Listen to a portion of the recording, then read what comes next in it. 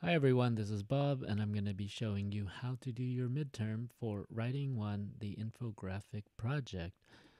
Let's go over to Canvas where I've posted the week 8 assignment, which is your midterm. And I'm allowing you to start early, so hey, so that you can get this done before you have to do all of your other projects. So this is the assignment right here in week 8, the midterm project infographic. Once you click on that, you'll be presented with some information, a lot of information, because that's how I do this. This is the infographic assignment instructions. That's what it should be called. I will change that title someday. You can read it here, but I recommend you download it, open it up, just use it as your reference. And here is the link to create the Google Slides template that I've created that you can change, that I showed in week 7 video. So watch that video to just make sure you know what you're doing and to kind of see the steps that I did using Google Slides, which if you've never used before, get used to it. Just get better at it. Just this is what we're here to do, is to improve ourselves. So first off, let's go through the actual assignment itself. I'm going to go ahead and download that to my computer and use this as a reference. So the midterm assignment will be an infographic using text, visuals, and data from outside sources to inform other students about a topic that you think is important. The topic should be focused on improving one's health, learning a new skill, or promoting sustainable practices to live in better harmony with the planet. I hope everyone's doing that right now. The infographic will include 2 paragraphs, which will show your understanding of effective paragraph writing. This assignment will allow you to use your writing skills and creativity to teach others about an issue that is important to you. The purpose, and there's 3 of them, is to write 2 effective paragraphs. So if you're expecting to write an essay, we're not doing that yet. I just want to make sure you're able to write good paragraphs. And so yeah, go back on all the information from week 2 to 7. 2 to 6 actually. 7's the midterm review, but look through all the information, do your assignments because they're going to be due before the midterm, and then you're going to create an infographic using Google Slides. Which is a great presentation software, but it's also great for doing layout, which means putting things onto a page visually so that people can see them. Include a reference to your outside source and an in-text citation. Probably more than one. I'll change that someday. Maybe not this day. All right, so your tasks are: choose one topic that is important to you related to how to improve one's physical, mental, or emotional health, or ways to protect the environment by raising awareness and teaching people about ways to protect the environment. If you have another topic you want to do, let me know in the Microsoft Teams chat box, and then I will approve it. Okay. If you question what you want to do, let me know so that we can, generate some ideas. And if you don't know what you want to do, please ask me and also ask your classmates. There is a group discussion. If you haven't been involved in it, then get back onto that and look back at that if you finish the assignment to help other students. All right. So after you find your topic, find some outside sources, 1 to 2,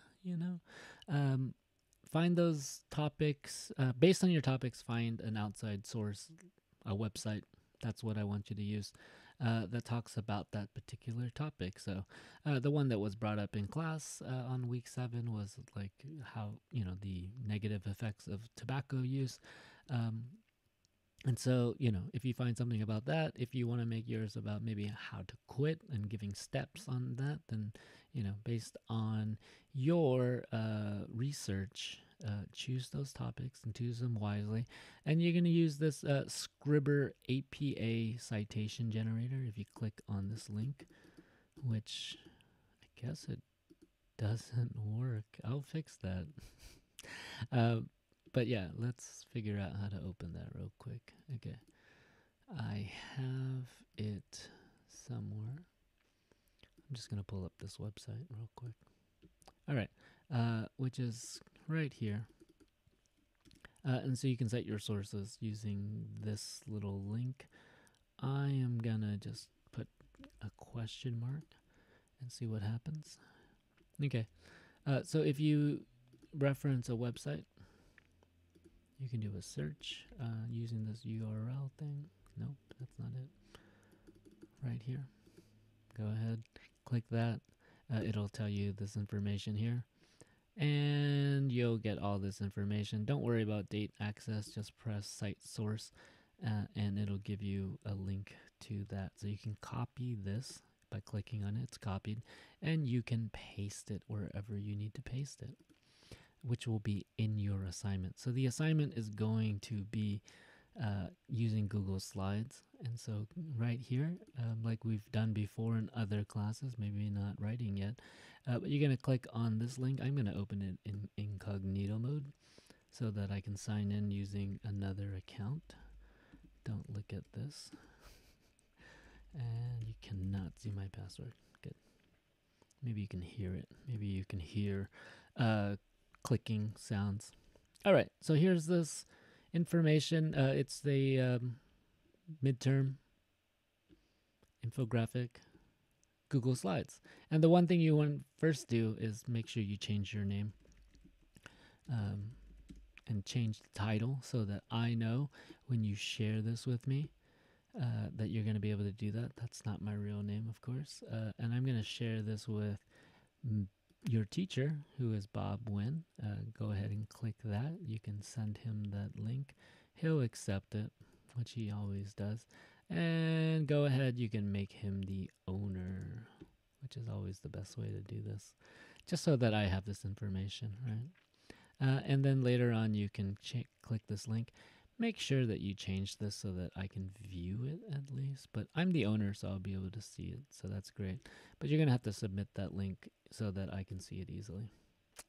And yeah, anything that has these curly brackets, you can go ahead and change. I've done this demonstration, so go ahead and watch that. But, first thing you want to do is zoom in. So I'm only making one template, and it's going to be kind of this long vertical view. We're going to zoom in.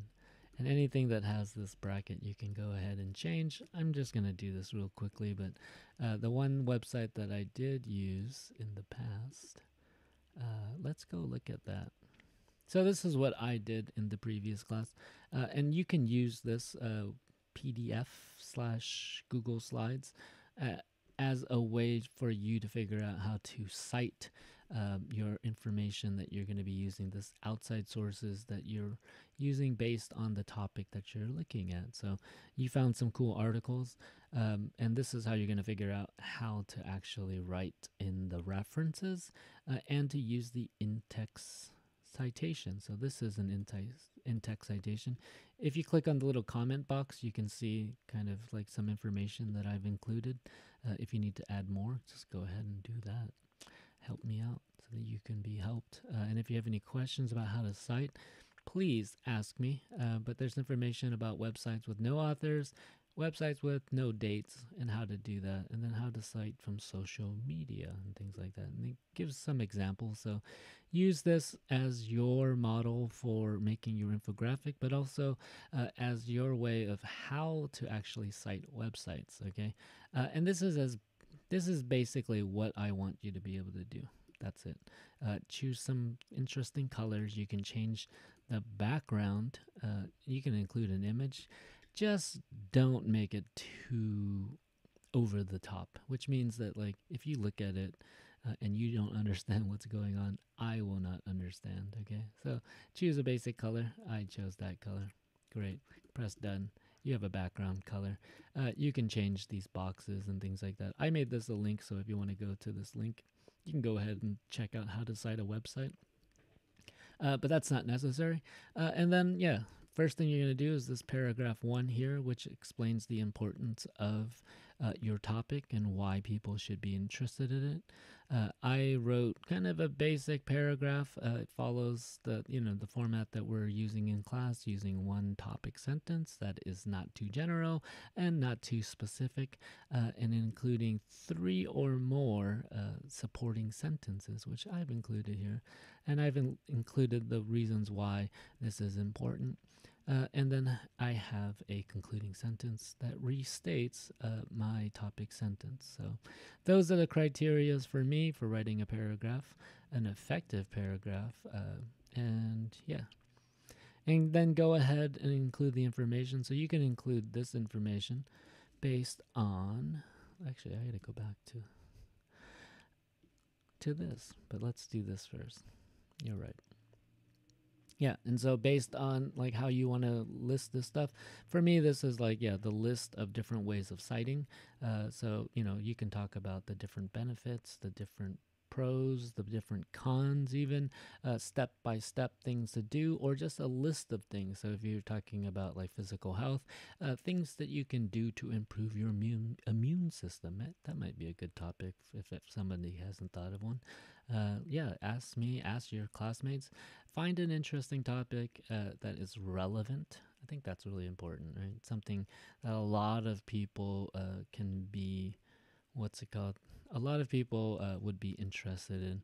And then your second paragraph will explain kind of this information you have from your infographics, right? You can include pictures if you'd like. Just don't make them make them so that they fit within this. There is limited space. I have 5 things here. You can have less, but just don't have one information. Have a few. I would say 3 to 5 is a good number, depending on the information you're using. And I just kind of restated all of these things in my supporting sentences. Topic sentences there in the beginning. There are different ways of citing websites based on the type of websites, right? Basically, type of websites should be type of citing websites based on the information provided, I guess. There. And then, I included different things like if there's no author, if there's no date, how to cite social media, if that's what you're going to be using. And then I restated my topic in the concluding sentences. These are a few ways to cite information from websites in order to show the sources you used for your work. Okay, include that reference that you made from the APA citation generator right here that I clicked the link on. And include that at the bottom here. And, basically it is the author, full last name, their first initial, the year, the date. If there is no like month, just include 2020 or whatever the year is. And then the title. Let's see, the title. Oh, I gotta change this. The title of the website and then the website's name. So this is from Scribber.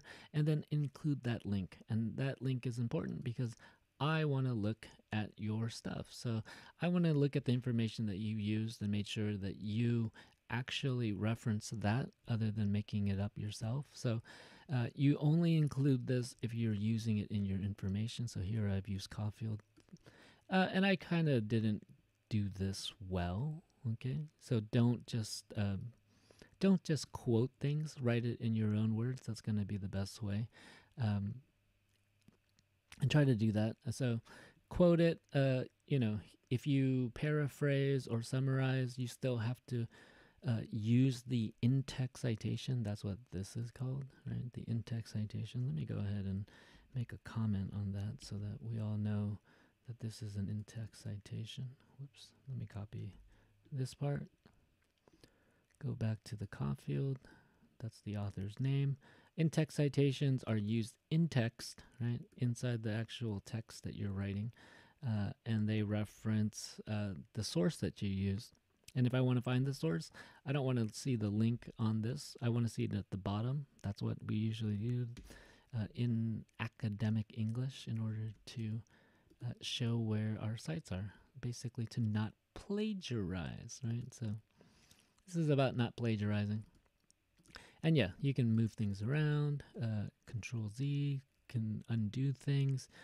You can include different colors using the fill option. I already have yellow, so I'm not going to use that. I'm just going to Control Z that to undo. I don't know why Z is undo. But yeah, and then make sure you have your name and your student number and the date when you finish this. And yeah, and once you're finished with this, you can copy that link, share it, make sure it can be viewed. So if it doesn't say view, just click on the link. You can change it to whatever you want to do. You can make me the editor, but I am also the owner, so not so important. And then yeah, you're gonna submit that link in this assignment. Okay. I didn't go over that PDF so well, so let me just go back and do that real quick after I take a short little break. All right, so we're back, and this is the instructions page, which I give a lot of detail, so you don't have to read everything. I wish you would. I think we were here talking about APA references. So make sure you include those. Number 3 would be write 2 paragraphs. The first one should talk about the importance of your topic and reasons why it's important to your audience. The second paragraph should explain the information found in your infographic. No S.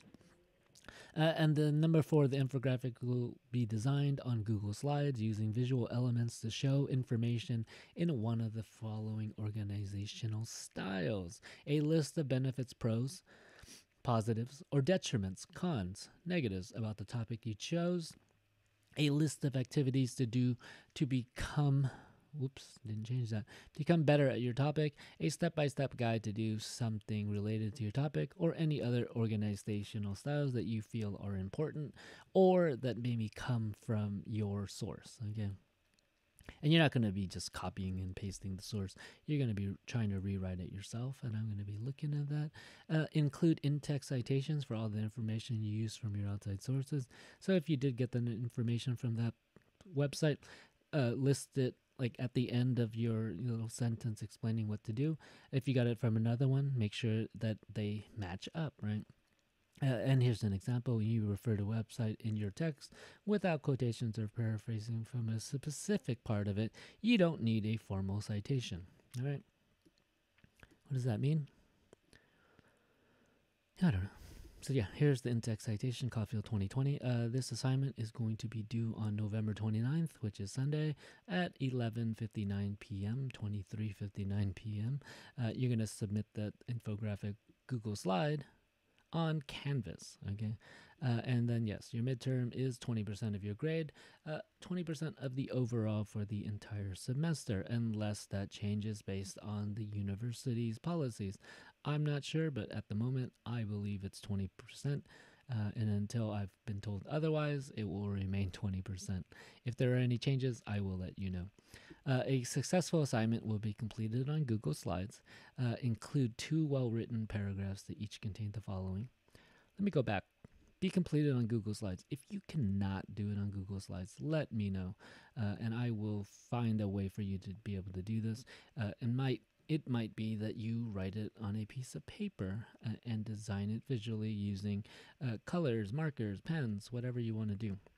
But for the most part, I want you to do this on Google Slides unless you have a limitation based on technology and based on other things. If you can't do it on Google Slides, PowerPoint also works. Just make sure you make that format, change the page setup so that it's longer. Okay, include two well-written paragraphs that each contain the following: an effective topic sentence, 3 or more supporting sentences, and a well-written concluding sentence that restates the topic or summarizes the paragraph. All right, follow the guidelines about unity and coherence. That's going to be on the rubric, and include the following: 1 main idea, keywords are repeated, consistent pronoun usage. So if you're writing in third person plural, stay in third person plural, right? People, they, things like that.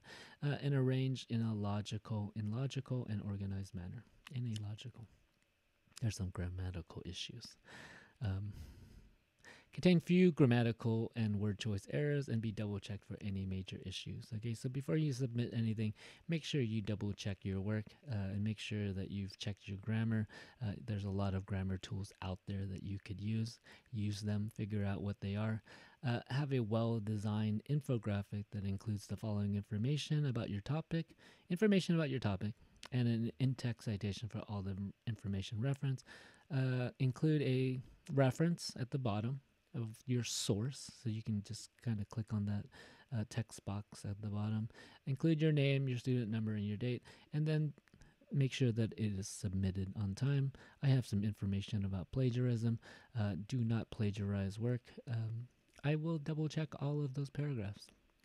I will send it into my little thing that I use to check for plagiarism. And finally, if you have any questions about the final examinations or you have difficulties with the schedule, please contact me, your instructor, via email, or probably the best way to do this is on Microsoft Team chat. Go ahead and do that. Once you've finished with your beautiful infographic that you've designed, and make sure you don't overdo it, okay? I want you to do a good job, but I also want you to do well in all of your other classes. If you have a question about, is this enough? Go ahead and ask your classmates and see what they think. And then finally, ask me if you really need to know. And once you're finished, you can go ahead and click the submit button. Whoops. Is there a submit button? Should be. I guess not right here. There should be a submit button. Let's go find it. So this is an assignment, right?